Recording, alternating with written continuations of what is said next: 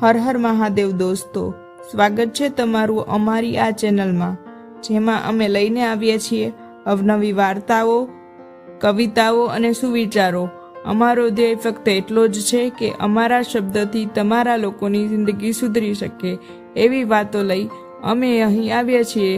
જો કે આજકાલ તો વ્યક્તિનું મૂલ્યાંકન ઓછું થઈ ગયું છે, પણ પ્રયત્ન એવો રહે છે કે વ્યક્તિનું મૂલ્યાંકન વધે. એના માટે નવું લાવતા રહીએ છીએ. મહેનત ફક્ત એટલી જ કરવાની છે.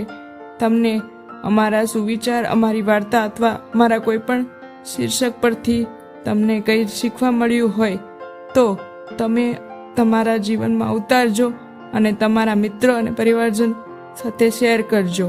અમારી ચેનલને સબસ્ક્રાઈબ કરવાનું ભૂલતા નહીં. અમારો ધ્યેય ફક્ત એટલો જ છે કે અમારા શબ્દોથી તમારી જિંદગી સુધરી શકે. તો આજનું શીર્ષક છે હું એકલી રહી ગઈ. તને પામવા માટે હું મને ભૂલી ગઈ. તને પામ્યા પછી તોય હું એકલી રહી ગઈ.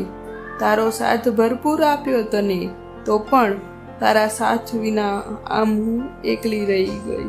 જમાના પ્રમાણે તને રહેવું ગમે એટલે જ હું દિલથી રહેવા ગઈ, ત્યાં એકલી રહી ગઈ. તારો સાથ નિભાવવાનો મોકો નથી ગુમાવ્યો. તને સાથ આપીને પણ હું એકલી રહી ગઈ. તારા વગર રહેવાની આદત ઓછી છે મને.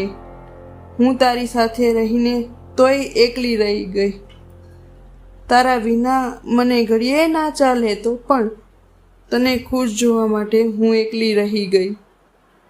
તારા માટે મારું હોવું જરૂરી હતું કાયમ. તારો સાથ મને ના મળ્યો, હું એકલી રહી ગઈ.